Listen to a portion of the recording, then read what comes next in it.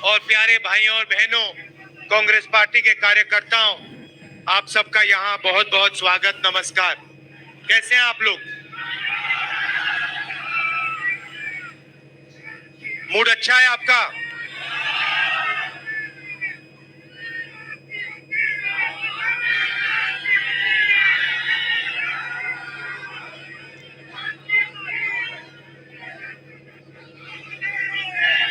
देश में विचारधारा की लड़ाई चल रही है। एक तरफ वो लोग खड़े हैं जो चाहे कुछ भी हो जाए, चाहे कुछ भी हो जाए, इस संविधान की रक्षा करेंगे। संविधान में साफ लिखा है, पहले पेज पे लिखा है कि हिंदुस्तान हर हिंदुस्तानी का है, चाहे उसकी कोई भी जात हो, कोई भी धर्म हो। अगर वो हिंदुस्तानी है तो इस देश में उसकी रक्षा होनी चाहिए, उसको प्रोटेक्शन मिलनी चाहिए।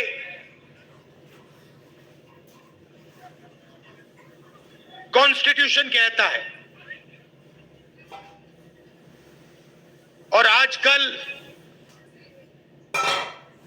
बीजेपी के लोग, आरएसएस के लोग इस संविधान को खत्म करने में लगे हुए हैं। नफरत फैलाते हैं, एक भाई को दूसरे भाई से लड़ाते हैं,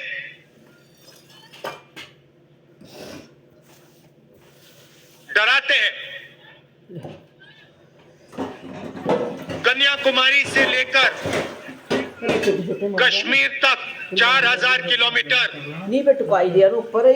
हम इस संविधान को बचाने के लिए चले थे।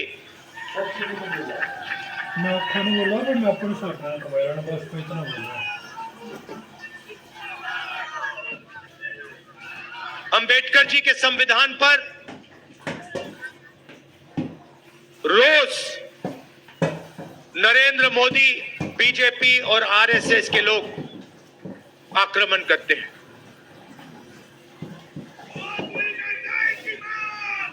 और मैं आपसे यह कहना चाहता हूं कि मेरी राजनीति और कांग्रेस पार्टी की राजनीति में बिल्कुल क्लैरिटी है। हमारे लिए इस देश के सब लोग एक समान हैं। इस देश में मोहब्बत नफरत को काटेगी, हराएगी। मोहब्बत हिंसा को काटेगी और हराएगी। और आप मेरी पूरी लाइफ की राजनीति देख लेना, मैं आज की बात नहीं कर रहा हूं। जब तक मैं जिंदा हूं, आप लिख के ले लो, अगर किसी भी हिंदुस्तानी पर आक्रमण होगा, चाहे वो कोई भी हो, किसी भी धर्म का हो, मुसलमान हो, हिंदू हो, सिख हो, ईसाई हो, चाहे वो किसी भी जात का हो, दलित हो, पिछड़ा हो, राहुल गांधी वहां आपको उसकी रक्षा करते हुए मिलेगा। मेरे लिए हिंदुस्तान का यही मतलब है कि इस देश में नफरत ना हो और गरीब से गरीब व्यक्ति, हर धर्म का व्यक्ति, हर जात का व्यक्ति बड़ा से बड़ा सपना देख सके।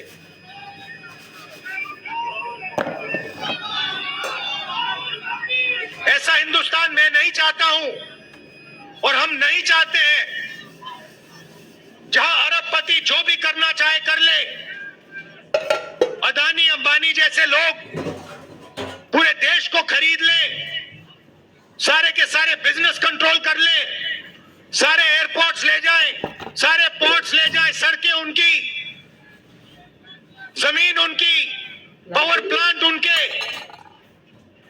और गरीब जनता देखती रह भूखी मर जाए। ऐसा हिंदुस्तान हमें नहीं चाहिए और ऐसा हिंदुस्तान हम नहीं होने देंगे।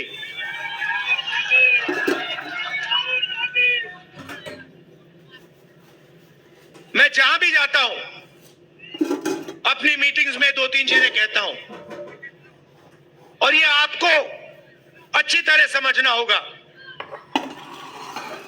इस देश में गरीब लोगों की भागीदारी नहीं है। अभी आपने कहा, महंगाई की बात की और आपने कहा कि महंगाई बढ़ती जा रही। मैं आपसे पूछना चाहता हूं, महंगाई बढ़ रही है, कम हो रही है? महंगाई के बारे में नरेंद्र मोदी जी ने और केजरीवाल जी ने क्या कहा था? कहा था कि महंगाई कम करेंगे। हुई महंगाई कम? बढ़ती जा रही है और गरीब लोग गरीब होते जा रहे हैं और अमीर लोग अमीर होते जा रहे हैं। 100 लोग हैं, 150 लोग हैं अरबपति जो हिंदुस्तान को कंट्रोल करते हैं। देश का पूरा फायदा उनको मिलता है। अदानी, अंबानी, नरेंद्र मोदी जी की मार्केटिंग करते हैं। आपने कभी नरेंद्र मोदी जी को इनके बारे में कुछ बोलते हुए सुना है?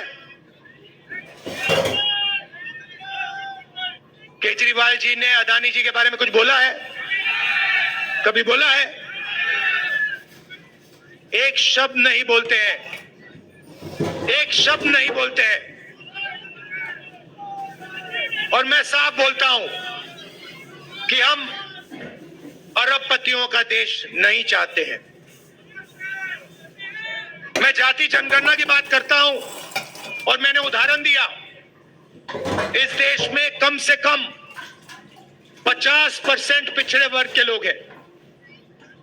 50% पिछड़े वर्ग के लोग हैं। 15% दलित हैं, 8% आदिवासी हैं, 15% माइनॉरिटी है। आप सरकार की कोई भी संस्था देखो, बड़े से बड़े बिजनेस देखो, जुडिशरी देखो, आपको पिछड़े वर्ग के लोग, दलित, आदिवासी, माइनॉरिटी के लोग नहीं मिलेंगे। मैंने उदाहरण दिया था, हिंदुस्तान की सरकार को 90 IAS अफसर चलाते हैं। पूरा का पूरा बजट ये बांटते हैं। सड़कों में कितना पैसा जाएगा, एग्रीकल्चर में कितना पैसा जाएगा, डिफेंस में कितना जाएगा, बिजली में कितना पैसा जाएगा, निर्णय ये लेते हैं। 90 लोग हैं। 90 में से 50% आबादी पिछड़े वर्ग की है देश में। 90 में से 3 पिछड़े वर्ग के हैं। आबादी आपकी 50%, आबादी आपकी 50%, भागीदारी आपकी 90 में से 3। और बजट की बात आती है तो जो ओबीसी वर्ग के अफसर हैं वो 100 रुपए में से 5 रुपए का निर्णय लेते हैं। दलितों की आबादी 15% है। 90 में से 3 अफसर उनके 100 रुपए में से 1 रुपया का निर्णय वो लेते हैं। मतलब अगर आपने पिछड़ा वर्ग, दलित वर्ग मिला दिया, जिनकी आबादी 65% है, उनकी भागीदारी 6% है। 100 रुपए में से 6 रुपए का निर्णय ये लोग लेते हैं। बड़ी बड़ी कंपनियां हैं, अदानी, अंबानी, टाटा, बिरला, 500 सबसे बड़ी कंपनियों की लिस्ट निकालो और आपको दिखेगा कि मालिकों में आपको एक आदिवासी, एक दलित, एक पिछड़ा, एक माइनॉरिटी का व्यक्ति नहीं मिल सकता। मैनेजमेंट टीम के नाम निकालो, आपको एक पिछड़ा वर्ग का व्यक्ति नहीं मिलेगा, एक दलित नहीं मिलेगा, एक आदिवासी नहीं मिलेगा। यह हिंदुस्तान की सच्चाई है। और जब मैं जाति जनगणना की बात करता हूं, नरेंद्र मोदी जी के मुंह से एक शब्द नहीं निकलता और केजरीवाल जी के मुंह से एक शब्द नहीं निकलता है।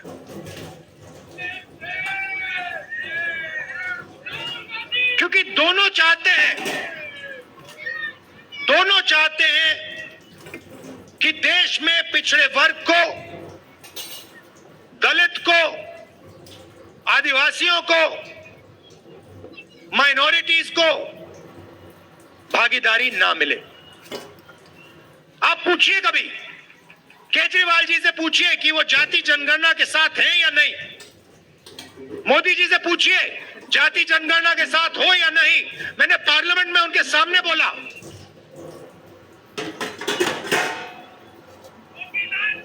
नरेंद्र मोदी जी बैठे थे, मैंने उनसे साफ कहा, नरेंद्र मोदी जी आप करो ना करो, बच्चा भी जानता है। मीडिया वाले नहीं जानते, 6 साल का बच्चा जानता है।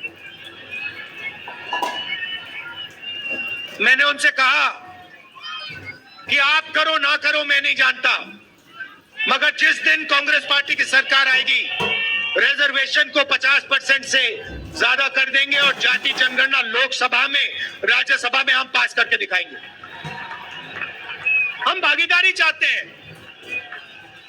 हम समानता चाहते हैं, हम चाहते हैं कि गरीब से गरीब व्यक्ति, चाहे वो दलित हो, पिछड़े वर्ग का हो, हिंदू हो, मुसलमान हो, सिख हो, ईसाई हो, कि सब लोग बड़ा सा बड़ा सपना देख सके। मैं वो दिन देखना चाहता हूं जब 500 सबसे बड़ी कंपनियों में पिछड़े वर्ग के लोग मालिक बने, दलित मालिक बने, माइनॉरिटीज के लोग मालिक बने, आदिवासी मालिक बने। मैं वो दिन देखना चाहता हूं जब इस देश में सचमुच में पिछड़े वर्गों को भागीदारी मिले, माइनॉरिटीज को भागीदारी मिले, दलितों को भागीदारी मिले। और सच्चाई है कि लंबे लंबे भाषण होंगे, केजरीवाल जी भी करेंगे, नरेंद्र मोदी जी भी करेंगे, मगर जब भागीदारी देने की बात आएगी तो सिर्फ कांग्रेस पार्टी भागीदारी दे सकती है। चाहे मनरेगा हो, भोजन का अधिकार हो, जमीन अधिग्रहण बिल हो, किसान का कर्जा माफ हो, स्कॉलरशिप्स हो और संविधान हो, ये सब काम कांग्रेस पार्टी ने आपके साथ मिलकर आपके लिए किया है। आप पूछिए, जाके केजरीवाल जी से पूछिए और उनसे कहिए कि वो पब्लिकली कहें, देश के सामने कहें कि वो रिजर्वेशन बढ़ाना चाहते हैं और वो जाति जनगणना करवाना चाहते हैं। हमारी सरकार आएगी दिल्ली में, एकदम हम जाति जनगणना करके दिखाएंगे और सबको पता लग जाएगा, दलितों को पता लग जाएगा कि आपकी दिल्ली में, दिल्ली की सरकार में, दिल्ली की संस्थाओं में, दिल्ली के गवर्नमेंट में कितनी भागीदारी है। आपको पता लग जाएगा, पिछड़ों को पता लग जाएगा कि आपकी कितनी भागीदारी है। आज जहां भी आप जाते हो, सरकार की संस्थाओं में आप जाओ, अस्पतालों में जाओ, प्राइवेट अस्पतालों में जाओ, प्राइवेट कॉलेजेस में जाओ, आपको पिछड़े वर्ग के लोग नहीं मिलेंगे, आपको दलित नहीं मिलेंगे। ये सच्चाई है हिंदुस्तान की। और जाति जनगणना एक क्रांतिकारी काम होगा। मैं आपको कह रहा हूं, दिल्ली की सरकार आएगी तो यहां करेंगे, और नेशनल लेवल पे लोकसभा में मैंने वायदा किया, हम उसको पूरा करके दिखाएंगे।